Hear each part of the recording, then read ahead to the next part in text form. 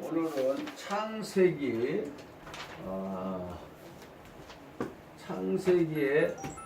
그 원리와 구조, 창세기의 원리와 구조에 대해서 공부하십시다. 창세기의 원리와 구조. 자, 옛날에 그 허준이라는 뭐가 있었어요? 허준이라는 의사. 그 드라마가 있었죠. 근데 왜 그렇게 허준이 유명해졌을까요? 네? 왜 그렇게 유명해졌어요? 허준은 스승을 해부해봤어.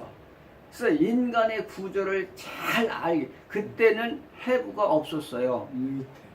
예, 없었어, 해부가. 그런 의학이 없어. 근데 그 스승이 자기를 해부하라고 말 죽은 다음에. 왜? 그 인간의 구조를 알아야 의사가 올바른 의사가 될 수 있고 차원이 높은 의사가 될 수 있기 때문에 그 해부를. 그래서 위가 뭐 얼마가 양이 들어가고 다 하는 거야. 마찬가지로 우리가 성경도 구조를 모르면은요, 구조를 모르면, 원리를 모르면,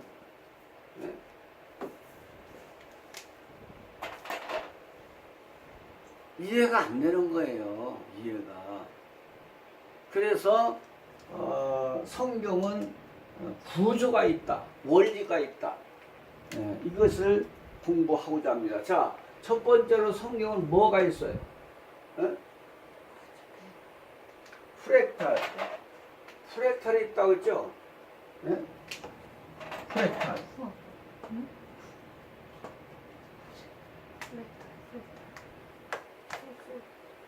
이 프랙탈이라는 것은 작은 구조가 전체적인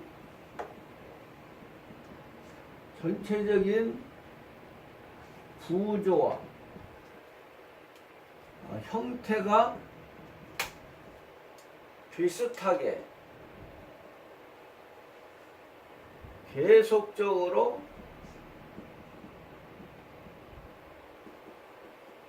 반복되는 구조. 그러니까 우리가 겨울에 창문의 그 얼음 구조를 보면 어때요? 같은 구조가 계속되잖아요. 그런 원리야. 예.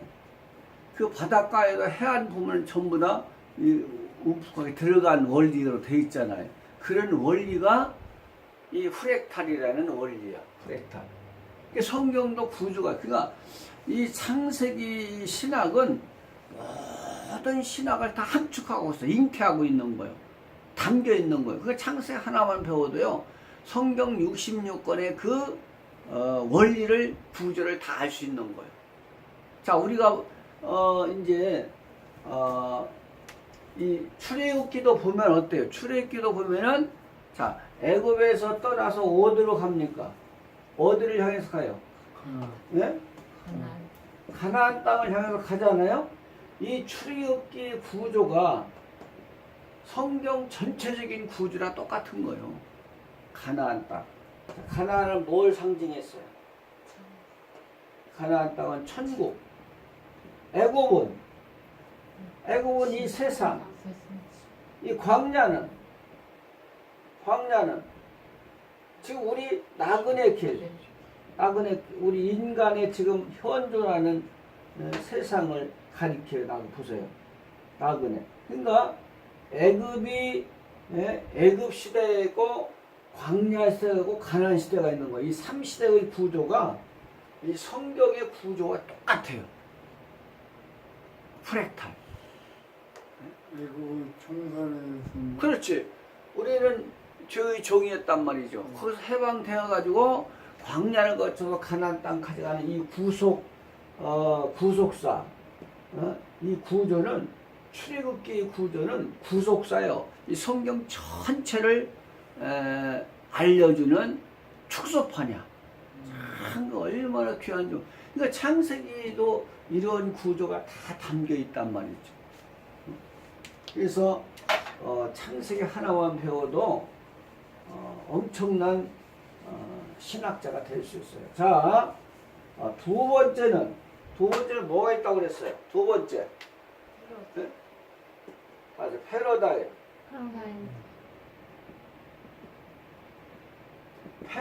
이 패러다임이 뭐예요? 어떤 사상의 체계. 또 뭐예요?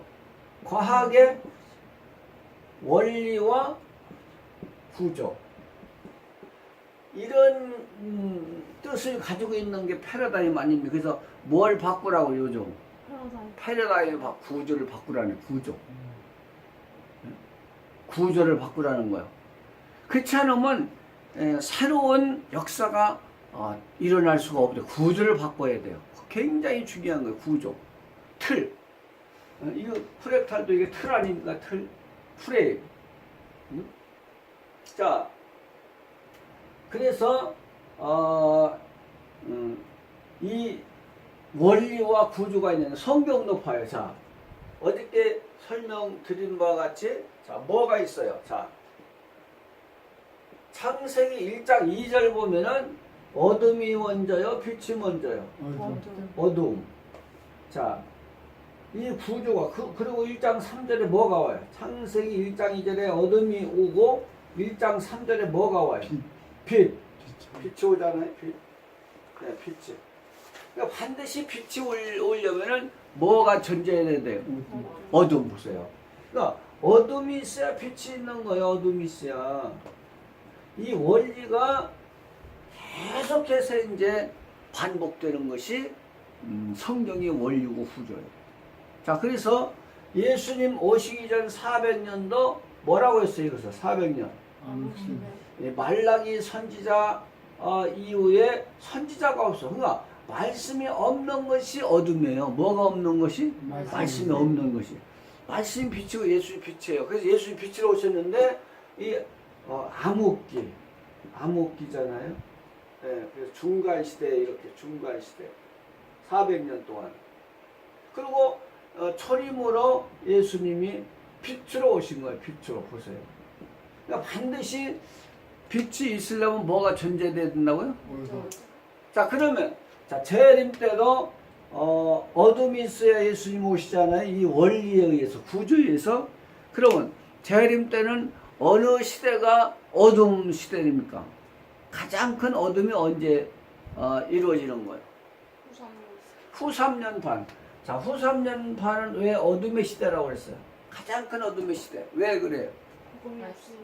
복음이 없어. 두 선지자가 복음을 전했는데 휴거를 했어요. 그러니까 복음 전할 사람이 없어요? 있어요? 그러니까 복음이 선포되지 않으니까 이게 어둠의 시대인 거예요. 그 누가 다스려?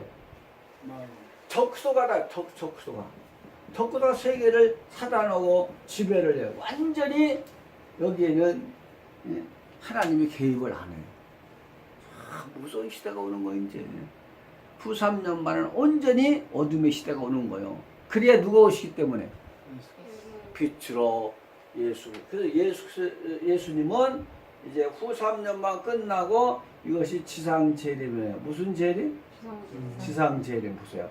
지상 재림은 후 3년 반 끝나고 오셔. 7년 환란 전에 오셔 예수님. 응? 끝나고 오시게. 왜? 뭐가 존재되기 때문에? 어둠이 와야 된단 말이죠. 그리고 우리가 창세기 하나만 봐도 벌써 예수님이 언제 오신다는 것이 이게 증명이 된단 말이에요. 증거가. 창세기 이렇게 중요한 거예요. 그 패러다임을 알아야 돼요. 패러다임. 뭘 알아야 된다? 구조, 원리. 그러니까 어떤 아버지가 아이를 명궁으로 활 잘 쏘는 사람을 만들기 위해서 산속에서 이제 활 잘 쏘는 명궁 그 명인을 찾아갔어요. 스승을. 그리고 아들을 맡겼어. 근데 자, 활을 잘 쏘게 하려면은 무슨 연습을 시켜야 돼요? 활 쏘는 연습을 해야 되는데 그걸 안 시키고 뭘 해? 쌀 한 낫을 멀리 달아내 놓고서 달아놓고 그것만 쳐다보게 하는 거야. 그래서 아버지가 이건 아니지 않습니까? 활을 잘 쏘게 만들려면은, 명공을 만들려면은 활 쏘는 연습을 시켜야지. 왜 그 훈련을 안 시키고 쌀 한 낫을 매달아 놓고 쳐다보게 하십니까? 그래서 싸움도 하고 그래서 다시 아이를 데리고 싶어도 참고 기다리는데 3년이 지난 어느 날, 몇 년이 지나요? 3년.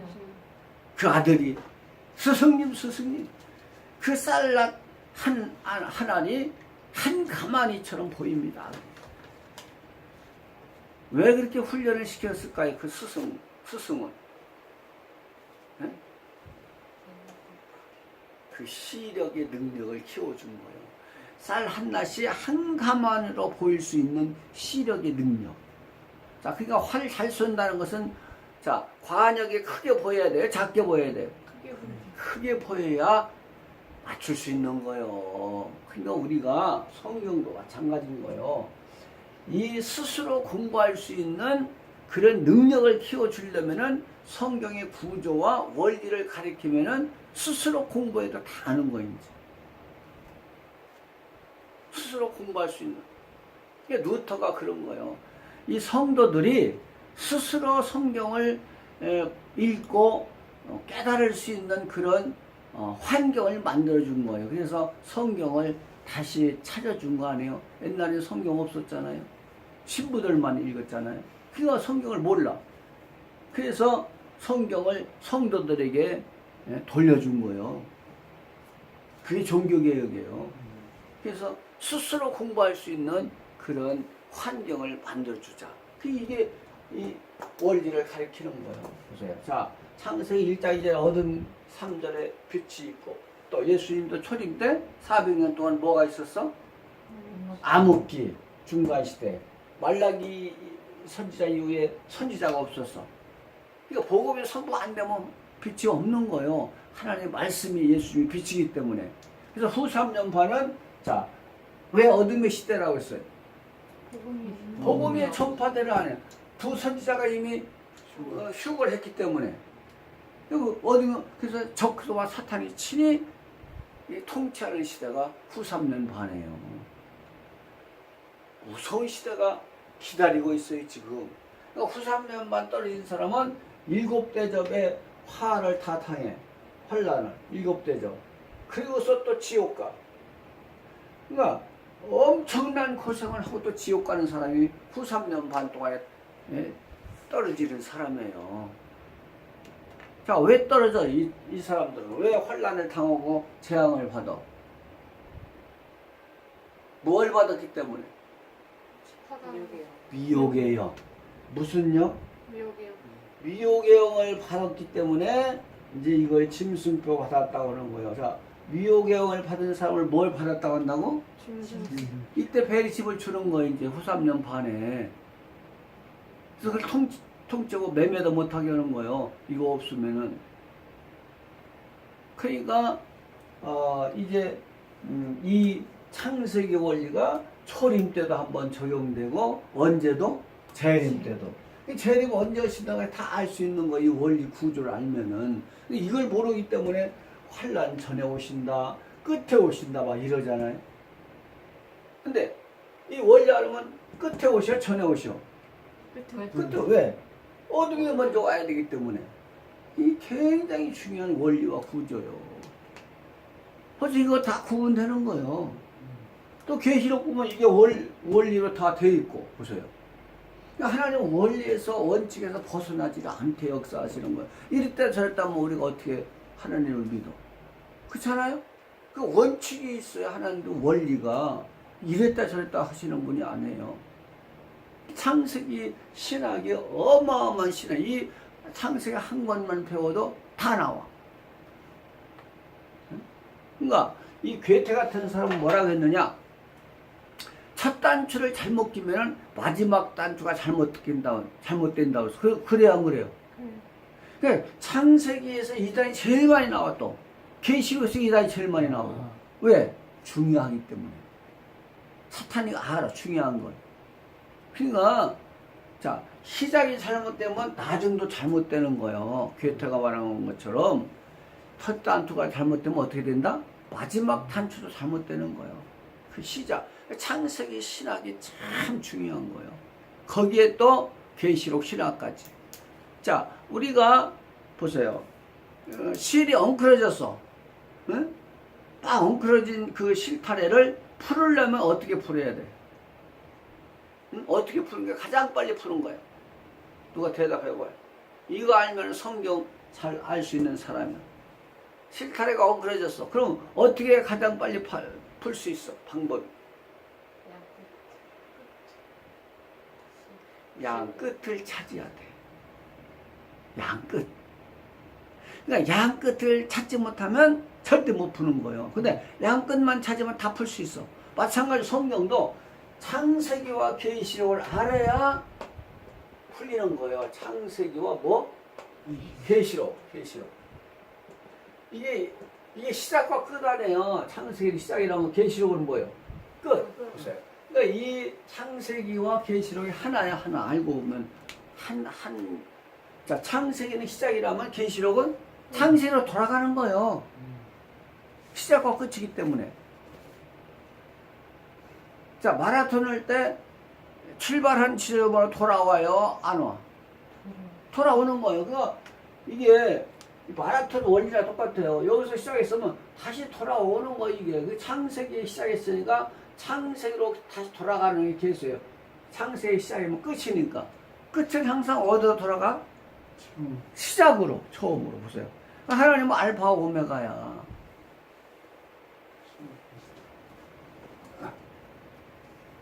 자, 진리는 뭐라고 했어요? 진리. 응?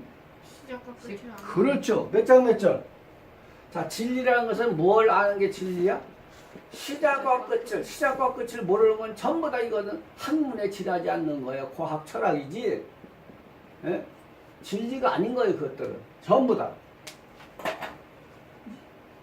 과학, 학문이지. 과학이요, 학문이야. 진리라고 말할 수 있는 것은 시작과 끝을 아는 거야. 그래서 요한복음 8장 14절. 요한복음 8장 14절. 요한복음 8장 14절. 시작. 예수께서 대답하여 이르시되 내가 나를 위하여 증거하여도 내 증거가 참되니 나는 내가 어디서 오며 어디로 가는 것을 알미오니와 너희는 내가 어디서 오며 어디로 가는 것을 예수님은 어디서 오는 것을 알지만은 유대인들은 예수님이 어디서 와서 어디로 가는지도 모르고 자기들 또 어디서 와서 어디로 가는지 모르는 거예요. 예수님이 어디서 와서 어디로 가는지를 알아야 진리를 알잖아요. 자기도 아는 거예요. 이걸 모르기 때문에 진리가 아닌 거예요. 진리는 예수님만이 진리요. 시작과 끝을 알기 때문에. 이런 것들은 전부 다 과학이고 학문일 뿐이야. 철학도 학문이고. 자, 보세요. 자, 이 전기가 지금 우리를 밝혀주고 있지만은 이 발전소 아는 사람 손 들어봐봐. 모르잖아요. 그러니까 모든 학문은 현상적인 것만을 가지고 얘기해. 현상. 보이는 세계만. 보이지 않는 세계는 그들이 타치할 수가 없는 거예요. 우리 기독교만이 이 보이지 않는 세계까지 원점을 알 수 있는 거예요. 온 장소를. 그게 진리가 진리. 그게 보세요. 이 현상만 가지고 얘기잖아요. 어둡다 밝다. 그 사람들은 시작을 모르는 거예요. 시작을. 그건 과학이고 학문이지 진리라고 볼 수 없는 거예요. 따지고 보면. 자, 이제 그래서 뭐가 있다? 성경은 패러다임이 있다. 그래서 어떤 책에 구조 원리가 있다. 그래서 두 번째 패러다임에서 얘기하고 세 번째는 또 뭐가 있을까요? 세 번째는 디자인. 뭐가 있어요?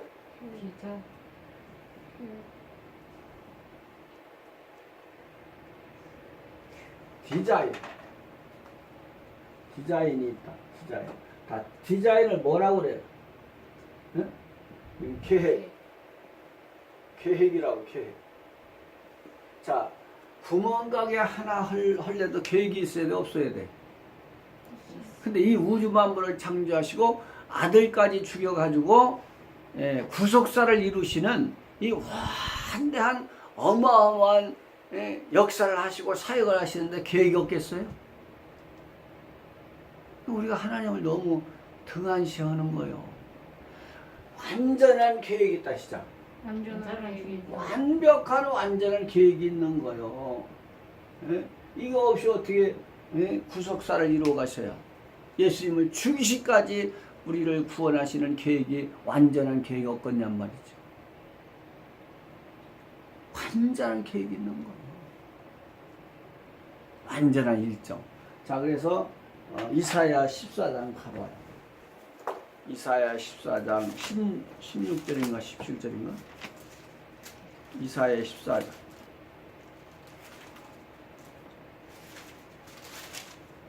이사야 14장 26절 27절.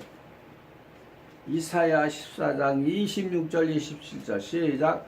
이것이 온 세계를 향하여 정한 경영이며 이것이 열방을 향하여 편선이라 하셨나니 만군의 여호와께서 경영하셨은즉 누가 능히 그것을 폐하며 그 손을 펴서 누가 능히 그것을 돌이키리까. 이 경영은 계획이에요. 계획. 경영이라는 말이 계획. 계획 없이 어떻게 경영을 합니까? 어떻게 운행을 해요? 계획 없이. 이사야 34장 16절 가봐요. 거기 봐도 하나님의 책은 빠진 것이 없어. 이사야 34장 16절. 완벽한 책이에요. 시작. 너희는 여호와의 책을 자세히 읽어보라. 이것들이 하나도 빠진 것이 없고 하나도 그 짝이 없는 것이 없으리니 이는 여호와 이를 유명하셨고 그의 신이. 성경은 완전한 책이에요. 완전한 계획의 책이에요. 완전한 경영. 자, 그러니까 보세요. 자, 제가 옛날에 첫 번째 쓴 책이 에덴에서 천국까지. 어디서 어디까지? 에덴 천국까지의 일정이 확실하게 계시된 거예요. 일정이 빠짐없이 계시된 책이에요. 빠짐없이 계시된 책 보세요. 그러니까 에덴 이게 알파예요. 알파. 이게 천국은 오메가. 보세요. 이 일정이 빠짐없이. 그러니까 이 계시록은 재림 일정뿐만 아니라 천국까지 가는 일정이 계시된 거예요. 천국까지. 이 종말의 천국까지 가는 이 일정을, 재림 일정뿐만 아니라 천국까지 가는 일정을 계시한 책이라. 이 계시록이 착각하면 안 돼요. 재림만 계시한 거예요. 천국까지 가는 일정을 다 계시한 책이에요. 그러니까 이 끝을 모르면은 그 지식은 미완성이에요. 아무리 지금 큰 역사를 해도 끝을 모르잖아요. 부분적인 것밖에 안 되는 거예요. 부분적인 거. 지식도 단계가 있고 구호도 모든 게 단계가 있는 거예요. 보세요. 그러니까 이거 에덴에서부터 천국의 일정이 빠짐없이 계시했다니까. 재림 일정뿐만 아니라. 이 성경을 모르면은요, 하나님의 뜻을 전혀 알 수가 없는 거예요. 성경을 모르면. 우리가 첫째 날 성경은 뭐라고 그랬어요? 성경을 정의하면 뭐라고 했어요? 출애굽기 34장 27절. 자, 성경은 뭐라고 했어요? 정의를 한번 해봐. 성경은 하나님의 뜻을 기록한 언약의 책이다. 시작. 성경은 보세요. 하나님의 뜻을 기록한 언약의 책이에요. 하나님의 뜻. 그 뜻이 뭐냐? 구속사예요. 구속사. 구원을 이루는 역사. 성경은. 그러면 시작부터 끝까지 완벽하게 일정을 계시 안 하면 그건 뭐예요? 그럼 미완성이잖아요. 그러니까 이것을 이야기식으로 기록한 거예요. 이걸. 그 이야기를 할 수 있어야 돼. 에덴 성까지 이야기해봐요. 그 일정을. 에덴 성까지. 스토리. 하나님의 책은 역사이면서 구속사이잖아요. 스토리. 그러니까 스토리텔링이 중요한 거예요. 사건 속에 다 하나님의 사상을, 의미를, 뜻을 담아놓은 거예요. 사건 하나하나 속에.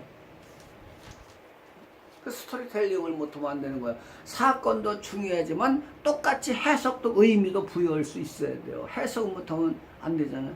그러니까 에덴에서 성까지 이야기를 할 수 있어야 돼요.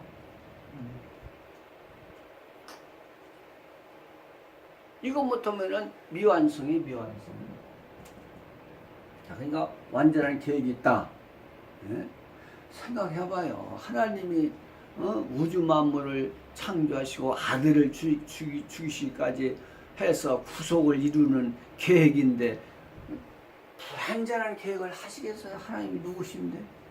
사람도 완전한 계획이 있어서 회사를 설립하고 공장을 만드는데, 그러니까 우리가 하나님을 너무 무시하는 거예요. 회개해야 돼. 하나님, 그동안 하나님을 무시하고 멸시하고 불신한 죄 용서해 주세요. 하나님이 참 어디 마음씨 좋은 할아버지인 줄 알아? 하나님은 완전하신 분이에요. 완전하신 분이니까 완전한 계획이 있고 완전한 경영이 있는 것이지. 그러니까 착각하면 안 돼요. 하나님이 무슨 마음씨 좋은 할아버지가 아니라니까. 자, 네 번째는 또 뭐가 있을까요? 네 번째 뭐가 있어요? 응? 네 번째 로드맵. 자, 로드맵 뭐가 로드맵이라고 했어요? 응? 로드맵.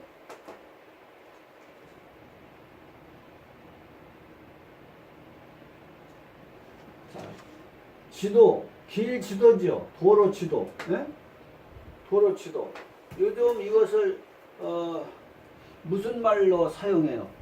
단계적 계획. 무슨 계획? 단계적 계획을 할 때 이 로드맵이라고 하죠. 그 성경도 단계적 계획이 있어요. 성경도 단계적 계획. 이것이 성경적인 의미로 사용해요. 성경도 단계적 계획으로 되어 있단 말이죠. 자, 이거 설명해 봅시다. 자, 봐요. 자,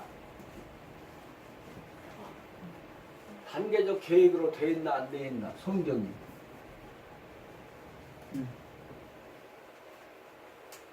자, 우리가 율법을 완전하게 생각하는 분들이 많아요. 율법을. 자, 율법도 율법 자체로 보면은 완전해요? 완전치 않아요? 완전해. 근데 다음 단계로 보면 어때요? 불완전한 거예요. 네? 불완전한 법이에요. 미완성적이고. 그러니까 이것을 내가 설명할 때 무슨 예화를 들었어요? 호랑나비로 비유했죠. 호랑나비. 자, 호랑나비가 있어요. 그럼 이게 호랑나비가 알에서 당장 됩니까? 안 되잖아요. 과정이 있어야 돼요. 과정. 자, 이 호랑나비 알이 여기 있어요. 지금 알. 호랑나비가 있어. 호랑나비. 여기 알. 알 속에도 호랑나비가 들었어 안 들었어? 들었어 지금. 그냥 이 개별적으로 보면은 이게 완전하지만 다음 단계로 보면 어때요? 불완전하죠. 자, 다음 단계는 뭐가 돼야 돼? 호랑나비에서 자, 알에서 호랑나비가 나오려면 뭐가 돼야 돼? 애벌레가 돼. 애벌레. 무슨 애벌레. 성경도 마찬가지요. 우리가 성경 얘기할 때 한 가지 법으로 끝나는 게 아니라니까. 일생으로 봐야 돼. 성경도 일생이다 시작. 자, 일생이면 유년기가 있고 청년기가 노년기가 있어요, 없어요? 있는 거예요. 우리 인생이랑 마찬가지요. 자, 유년기가 있고 또 뭐가 있어? 청년기가 있고 또 노년기가 있고 있는 거 이게 일생이에요. 이게 지금 이 일생. 성경도 이런 일생이라는 걸 몰라. 율법으로 끝나는 줄 알아. 은혜 시대로 끝나는. 그렇지 않습니다. 이게 이 로드맵의 단계적 계획이 하나님의 이 구조를 모르니까 성경이 절대 이해가 안 되는 거예요. 율법이 다인 줄 알고 지금까지도 유대인들은 누구를 기다려? 메시아를 기다려. 왜? 율법이 다인 줄 알고. 이거 하나 때문에 지금도 유대인들은 메시아 기다리는 거야. 율법이 다인데 무슨 또 복음이 있냐 이거야. 죽는 메시아 안 기다려. 자, 예수님이 죽으러 오셔야 돼. 살러 오셔야 돼. 근데 유대인들 안 그래요. 십자가에 달리면 다 저주받은 자라는 거야. 왜 저주받은 자를 믿냐 이거야. 이거 한 가지 때문에 안 믿는다니까. 무서운 거예요. 메시아 사상이라는 것이. 그들은 그래서 십자가 앞에서 아기를 안 낳아. 십자가 있으면 젖대라려고 그래. 저주받은 십자가 밑에서 아기를 안 낳냐고. 무서운 거예요. 자, 12장 가봐요. 요한복음 12장. 메시아관 하나 때문에 그들은 이 시간도 메시아를 기다리고 있어. 안 믿고 어마어마한 거. 이게 메시아관이 무서운 거예요. 요한복음 12장.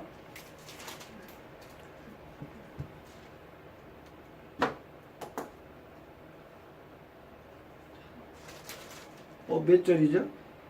자, 34절. 요한복음 12장 34절. 요한복음 12장 34절. 시작. 이에 무리가 대답하되 우리는 율법에서 그리스도가 영원히 계신다함을 들었거늘 너는 어찌 인자가 들리려 하리라. 예수님이 나는 죽어야 된다 하니까 죽어야 되니까 이스라엘 사람들 뭐라고? 아니 왜 죽는다고 하냐 이거야. 그러면 하지 말라고. 그 메시아가 그리스도가 영원히 있느냐도 왜 죽는다고 하냐 이거야. 이 메시아관 하나 때문에 유대인들은 지금 2000년이 지나도록 예수님을 안 믿는 거예요. 메시아관이 이렇게. 자, 그럼 재림 때도 메시아관. 재림도 메시아죠. 복음으로 오시죠, 메시아로. 그러면 그 메시아관이 잘못되면 어떻게 돼요? 또 이스라엘 사람들 또 실패하는 거예요. 우선 이게 원리. 초림을 알아야 재림을 아는 거예요, 지금. 그러니까 앞으로 메시아관이 잘못되면은 또 구원이 없어. 메시아에 대한 신앙 고백이 우리가 신앙 그거로 구원받는 거 아닙니까? 죽는 메시아를 안 믿어. 죽는 메시아. 우리 죽는 메시아를 믿고 그 메시아관 하나 때문에 구원이 있고 없고. 재림도 마찬가지예요. 죽으셨다가 고난 받으시고 구원하셨기 때문에 죽는 메시아를 거부한다니까. 그 사람들은 그걸 거부한다. 왜 죽는? 자, 신명기 가봐요. 21장에 가보면 나무에 달린 자마다 뭐 저주받은 자. 그러니까는 그들은 이 말씀을 그대로 믿기 때문에 문자 그대로 믿기 때문에 안 믿는 거예요. 예수님은 저주 받아야 돼, 안 받아야 돼? 우리 때문에 저주를 받아야 돼. 자, 신명기 21장 22절. 신명기 21장 22절. 시작. 사람이 만일 죽을 죄를 범함으로 네가 그를 죽여 나무 위에 달거든 그 시체를 나무 위에 밤새도록 두지 말고 당일에 장사하여 내 하나님 여호와께서 내게 기업으로 주시는 땅을 더럽히지 말라. 나무에 달린 자는 하나님께 저주. 이 말씀을 믿기 때문에 그들은 예수님 나무의 십자가에 죽으신 메시아 안 믿는다는 거예요. 당장 오셔가지고 자기 민족을 해방시키는 메시아를, 정치적인 메시아를 기다리는 거요. 구속주를 기다리는 게 아니라. 그러니까 이게 메시아관이 무서운 거요. 재림도 왜 오시냐 하는 재림 사역을 모르면은 메시아관이 잘못되는 거예요. 재림 사역. 이 재림 사역을 몰라 그들은. 죽는 메시아를 모르는 거예요. 그들이 이사야 53장 한 장만 알았던들 그런 실수를 안 씁니다. 이사야 53장 예수님이 구약의 십자가 자가요. 죽으신 것을 다 예언했잖아요. 그 한 장도 몰라. 그러니까 참 인간처럼 무지한 존재가 없는 거예요. 인간은 다 자다가 지진 때문에 죽고 쓰나미 때문에 죽잖아요. 코끼리 일주일 전에 다 도망가고, 동물들 뱀, 쥐는 다 일주일 전에 다 도망가요. 벌써 미진을 느끼고 지진 올 것을 다 도망가. 근데 인간은 잠자다가 죽어. 뭘 똑똑해 인간이. 교만 때문에 다 이제 멸망하는 거예요. 교만 버려야 돼요. 참 겸손해야 됩니다. 그 미국의 역사학자 찰스 A. 베어드라는 사람은 개인이나 국가나 멸망시키는 방법이 뭐냐? 교만하기 위해서 교만하면 실패하는 거예요. 참 겸손해야 돼요. 뭘 알아 인간이? 아는 게 뭐 있어?